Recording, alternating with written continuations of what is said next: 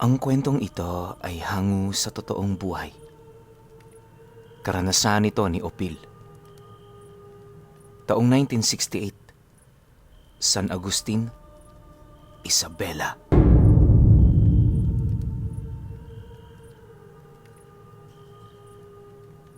Lumaking negosyante itong si Opil sa Isabela. Pag-aalaga ng mga kakataying hayop ang kanyang ikinabubuhay, na siya namang halos ilang taon nang nagbibigay ng yaman sa kanya. Hindi man sa pagmamayabang pero yung mga alaga niyang baboy, kambing, kalabaw at baka lagpas na sa 100 ang bilang.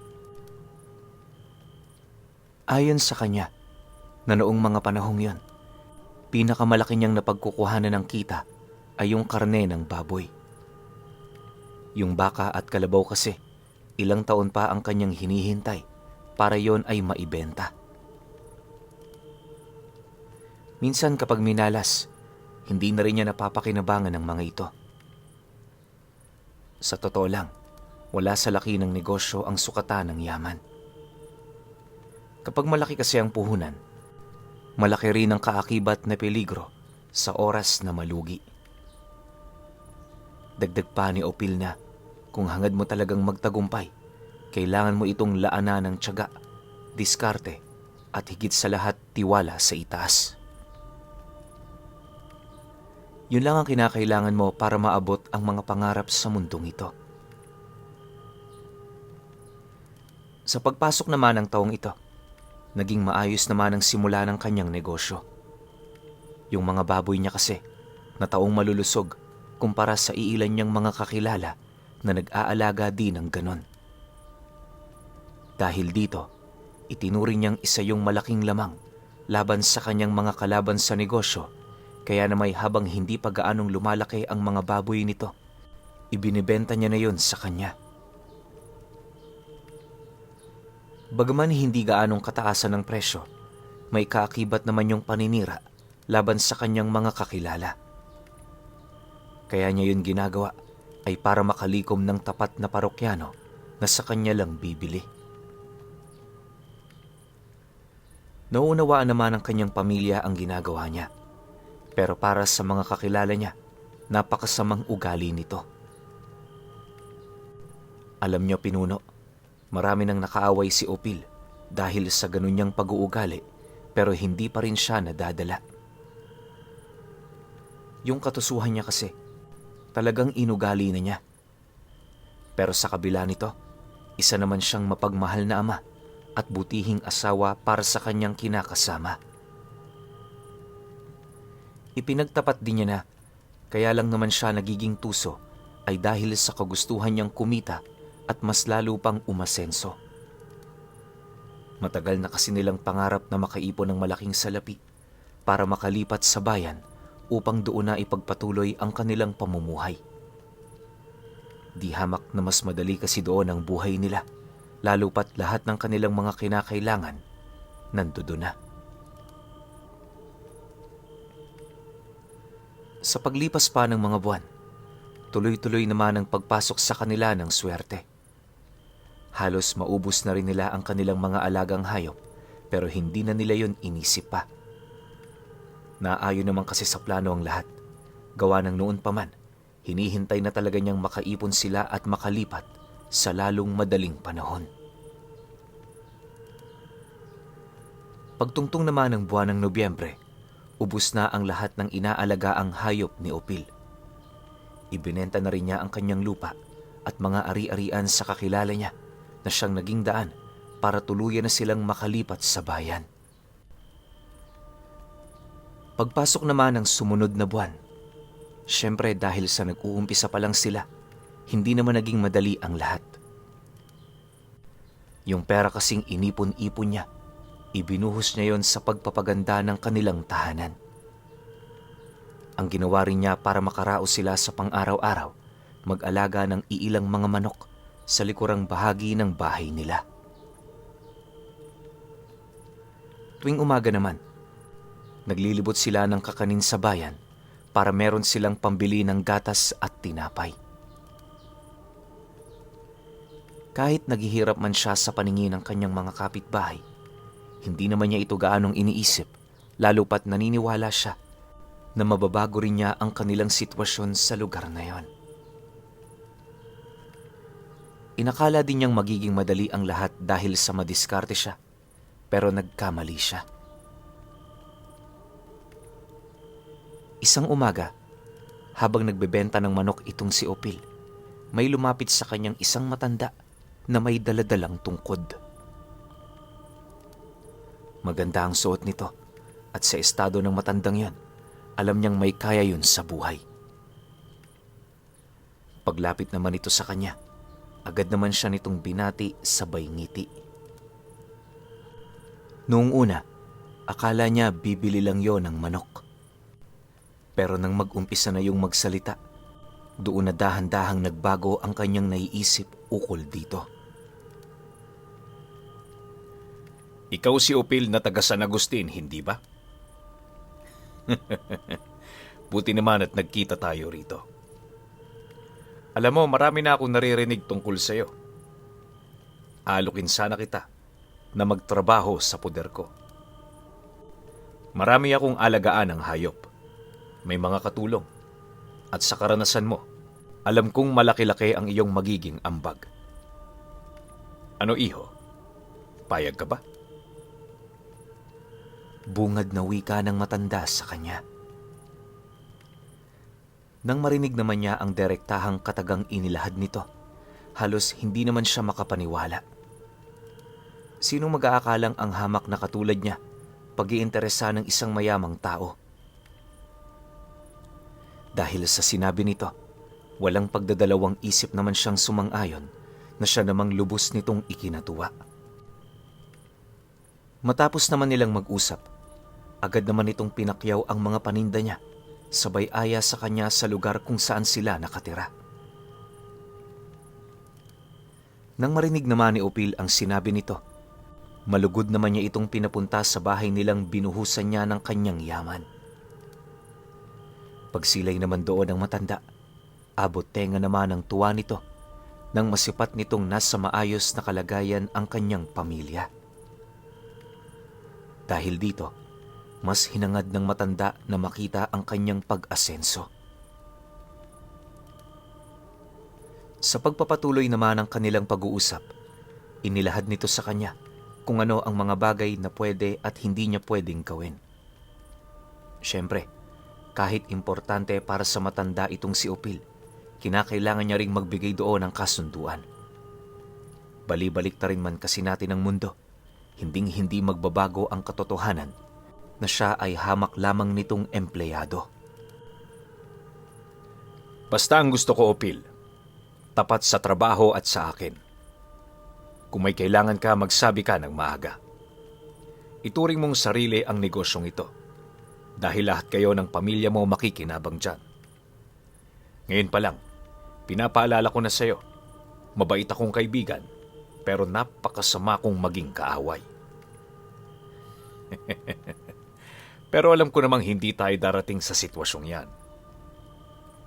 O sige na, Opil, maghanda ka na at pupuntahan na natin ang aking bukid. Wika sa kanya ng matanda. Nang marinig naman niya ang sinabi nito, agad naman siyang nagpaalam sa kanyang asawa habang iniiwan ang salaping ibinigay nito sa kanya. Makalipas pa ang ilang minuto, agad naman nilang tinahak ang daan patungo sa nyugang nasa gilid ng parte ng bayan. Kokonti pa lamang ang taong nakatira sa lugar na yon, kaya na may walang nagrereklamo sa nakakasulasok na amoy na nanggagaling sa mga kulungan ng baboy. Maya-maya pa, pagsilay naman niya sa isang malaking pinto, agad naman yung binuksan ng tauhan nitong nakatayo sa lugar na yon para papasukin sila. Ayon sa kanya, na pagpasok pa lamang nila sa lupain ng matanda, bumungad na sa kanya ang dami ng tauhan nito.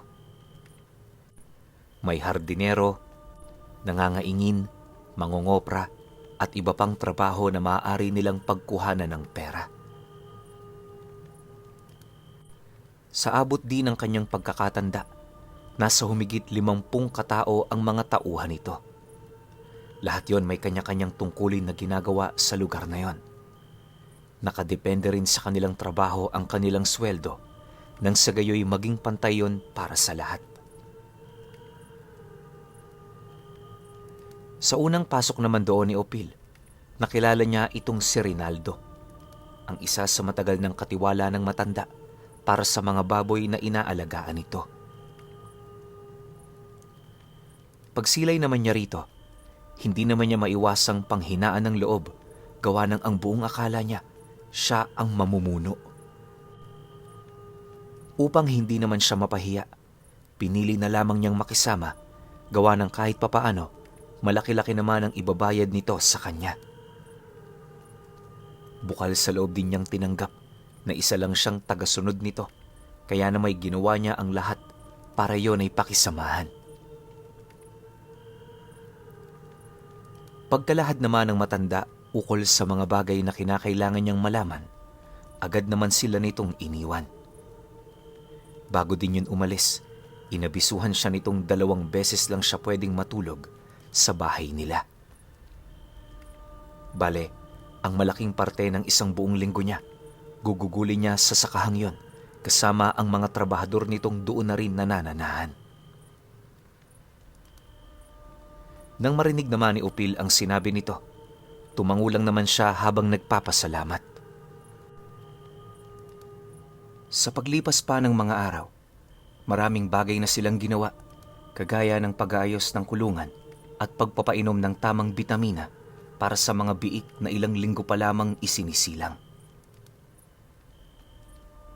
Sa kanila namang pagsasama ni Rinaldo, napansin niyang salat na salat ito pagdating sa kaalaman ukol sa mga baboy.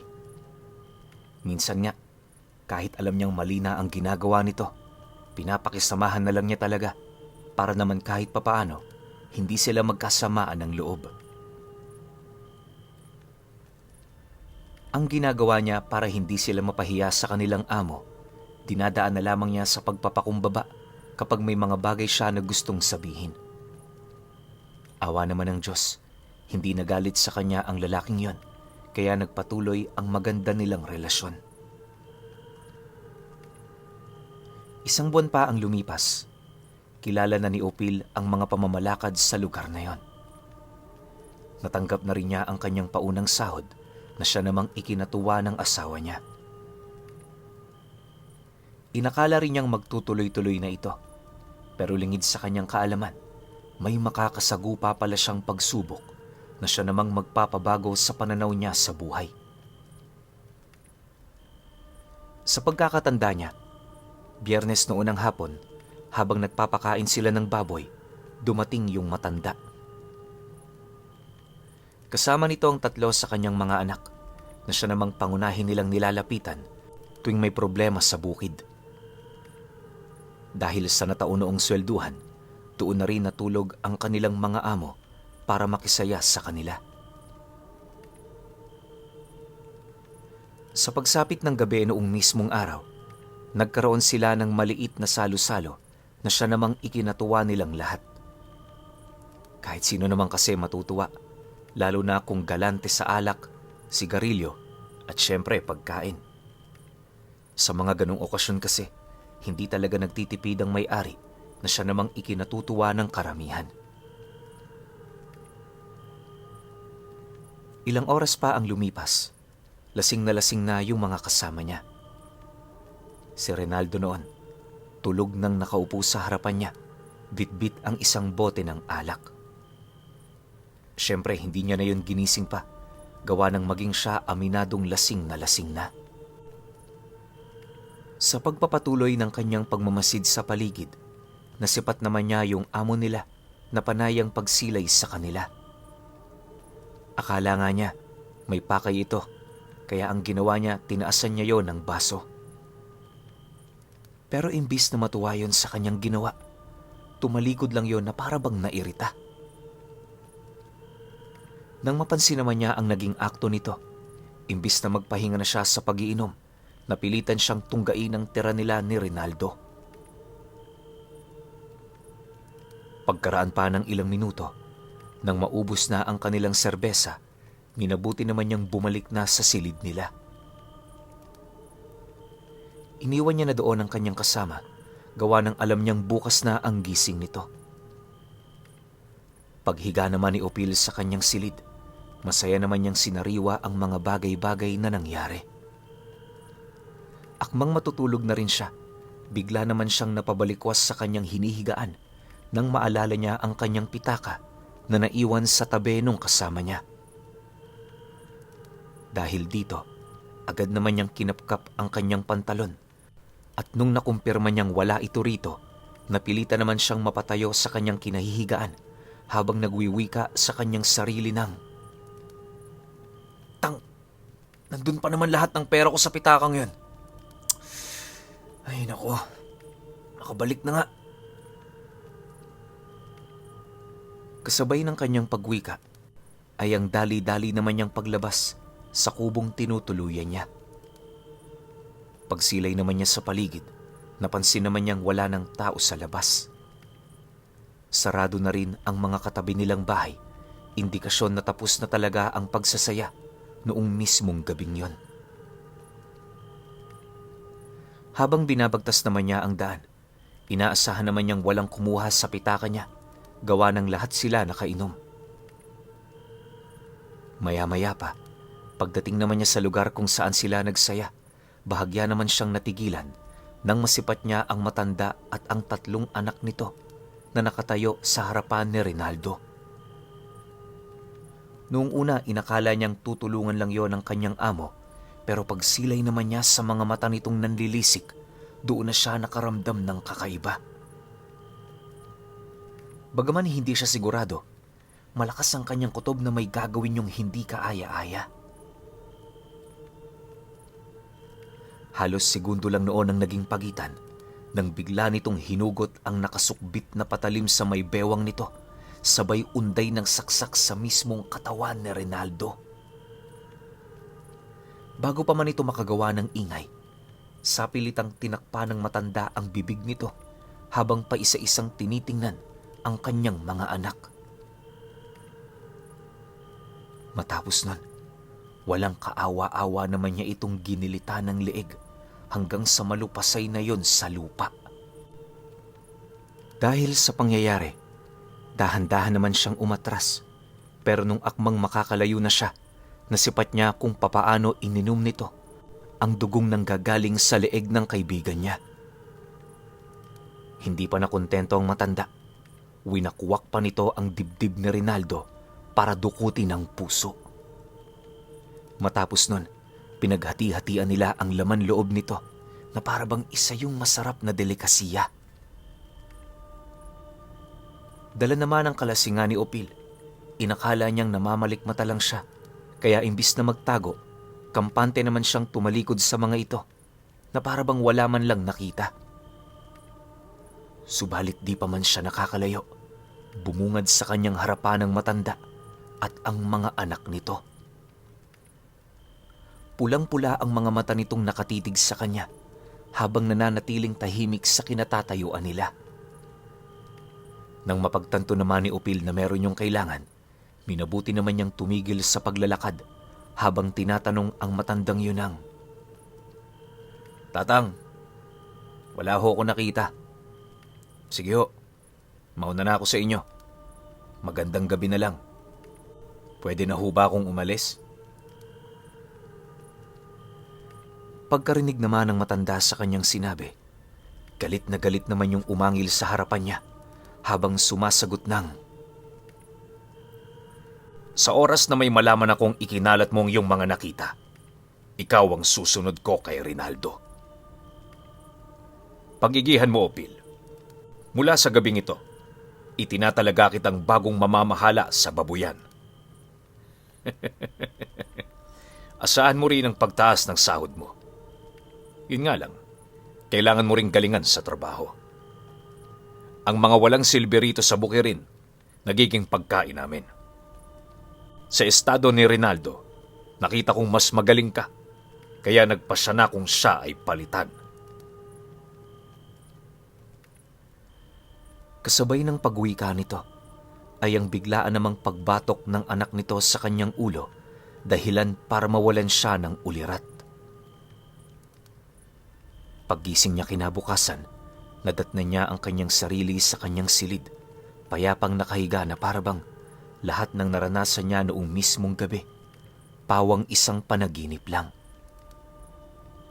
Ang kaso lang, pagtrabaho naman niya sa babuyan, hindi na niya nakita itong si Rinaldo.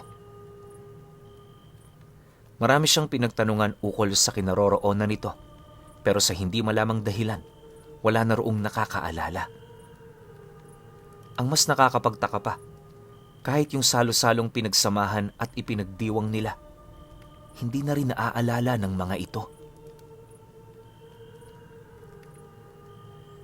Dahil sa pangyayaring yon, tahimik naman siyang pumunta sa kanyang trabaho para gawin ang kanyang ginagawa sa umaga. Simple lang naman doon ang gagawin niya.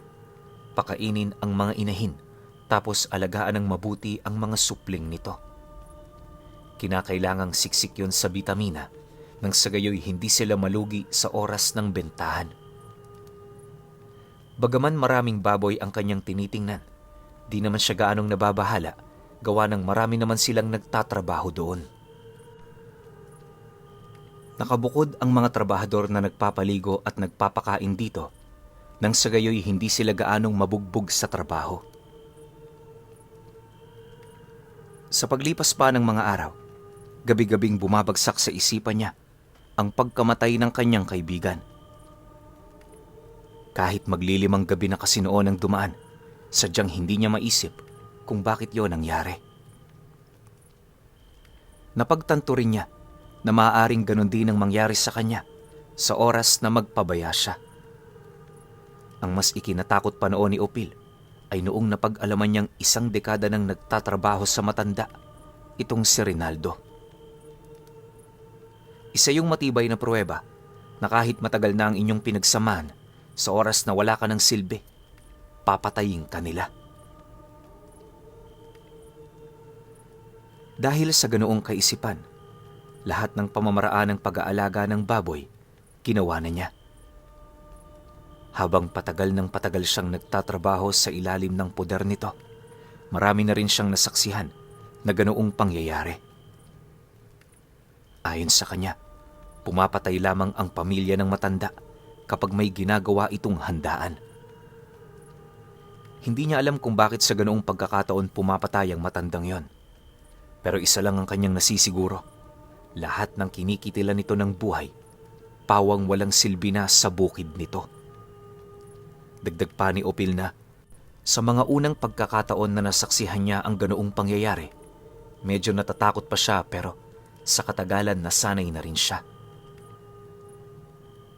Unti-unti na ring nawala ang takot sa katawan niya, hanggang sa dumating ang puntong na pag-isip-isip niya na nakasalalay sa kanyang trabaho ang kanyang buhay. Mula noon, maigi naman siyang nagsaliksik kung papaano pa mas lalong mapalaki ang mga baboy. Matagumpay naman niyang nagawa ito. Kaya bilang premyo sa kanya ng matanda, itinalaga siya nito na kanang kamay na katiwala. Kasabay ng paglahad dito ng matanda ay ang pagpapatawag naman ito sa kanyang mga tauhan na bagong pasok. Inabisuhan niya itong maghanda at nung makaalis na ito, doon na naglakas loob itong si Upil na magtanong. Amo, mawalang galang na ho.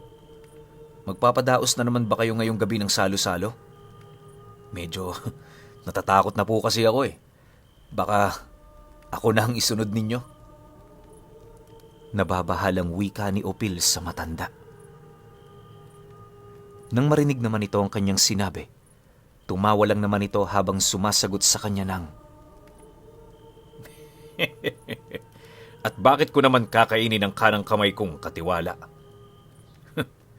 Kung kabilang ka sa mga pakay ko, edi sana binura ko na rin yung alaala mo. Makinig ka, iho. Mamayang gabi ibubunyag ko sa'yo kung saan namin sila inililibing. May tiwala na ako sa'yo.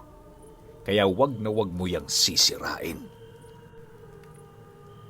Kasabay ng pagwika nito ng matanda ay ang pagtapat naman ito sa kanya na may likas silang dugo ng mga aswang.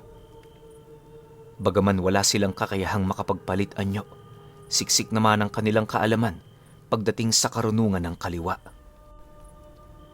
Dagdag pa nito na hindi rin sila kagaya ng iba na walang kakayahang makaunawa at makapansin kung sino-sino ang mga kaibigan at kaaway. Mariin din itong inilahad na mabait naman silang nilalang. Pero yun nga lang, kinakailangan din nilang kumain para sila'y mabuhay. Imbis din namang gambala sa mga karatig lugar, mas pinipili nilang kainin ang mga taong pag-aari nila.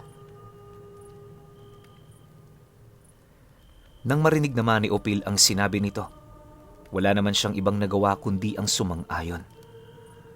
Sa lahat ng sinabi ng matanda, puro oo lang naman ang naisagot niya. Ni katiting na pagkontra, hindi niya yun ginawa sa takot na baka magalit yun sa kanya. Sa pagpapatuloy naman ng kanilang pag-uusap, inilahad nito sa kanya na kung umabot siya ng 70 nang hindi napapalitan, malaya na siyang makakaalis sa lugar na yon. Kaakibat din ng kanyang pagretiro ay ang ibibigay nitong salapi na sapat na para maiahon niya mula sa kahirapan ang kanyang pamilya. Dahil sa sinabi nito, tila bang nagkaroon naman siya ng pag-asa na makawala sa taling iginapos ng matanda sa katawan niya. Matapos naman nilang mag-usap, agad naman siyang bumalik sa kanyang tinutuluyan para magpahinga. Sa pagsapit naman ng gabi noong mismong araw, nag-umpisa na naman ang salo-salo sa bakurang malapit sa bahay ng matanda. Yung mga baguhan, todo talaga ang pagliliwaliw, pero siya tahimik lang na nakaupo sa isang tabi, pinagmamasdan ang mga susunod na pangyayari. Ilang oras pa ang dumaan, ubus na ang mga alak na inihanda para sa kanila. Yung ilang mga trabahador umuwi na, habang yung iba naman napilitan ng matulog sa upuan. Pagtahimik naman ng buong paligid, lumabas ang matanda at ang mga anak nito para paslangin ang 5 lalaki na hindi na nakabalik sa kanilang tinutuluyan. Ganon pa rin naman ang ginawa nito. Matapos nilang higupin ang dugo, winakwak nila ang dibdib ng mga taong yun para paghatian ang laman loob. Habang ginagawa naman ito ng mga aswang, kitang-kita niya kung gaano yun kasarap sa pagkain ng putahe na nasa harapan nila. Matapos naman nilang manginain, agad namang lumapit sa kanya ang matanda habang nagwiwi ka ng, Ang bago mong trabaho, Upil, tagalibing ng mga bangkay nila. Sa lahat ng naging trabahador ko, ikaw lang ang binigyan ko ng ganyang trabaho. Ituring mo yung biyaya at kaligtasan ng buhay mo. Kasabay ng pagwika ng matanda ay ang paglalakad naman ng mga anak nito sa 5 bangkay na pinatay nila. Sa likuran ng kulungan ng baboy niya yun inilibing na siya namang nataong malambot ang lupa. Alam niya, Pinuno, sa 3 beses na paglibing niya roon, hirap na hirap pa siya pero sa katagalan nasanay na rin siya. Habang tumatagal, parang hayop na ang turing niya sa mga bangkay. Isipin niyo na lang, magta3 dekada yung ginawa ni Upil sa pamilya nung mga aswang. Hirap na hirap man siyang gawin ito, sadyang wala siyang pagpipilian. Ang tanging pinanghawakan niya lamang noon ay yung pag-asang darating ang araw na muli niyang makakapiling ng malaya ang kanyang pamilya.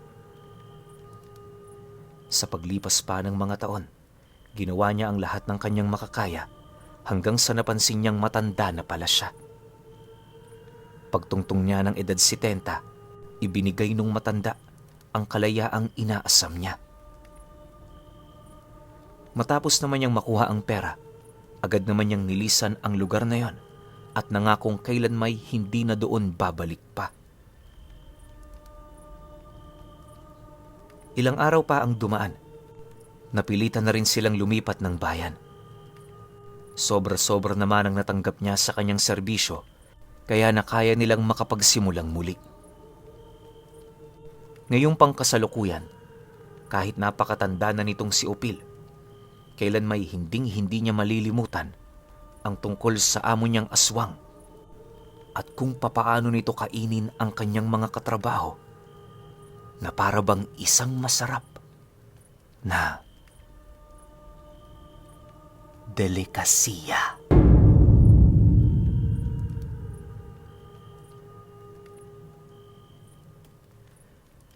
Okay. Opinyon ko sa kwento. Nakakapangilabot yung naging karanasan ni Opil. 'Di ba? Pero alam ko may mga ganitong klase na tayo ng kwento. Kung hindi man dito, dun kay Pinuno. Ang nangyayari sa kanila, tumataka sila dahil sa takot. 'Di ba? Kasi sino ba namang maniniwala sa ganoong deal? 'Di ba? Ang kinaibahan lang kay Opil, tumataas yung pwesto niya sa posisyon ng matanda. Tapos nadadagdagan pa yung sahod niya.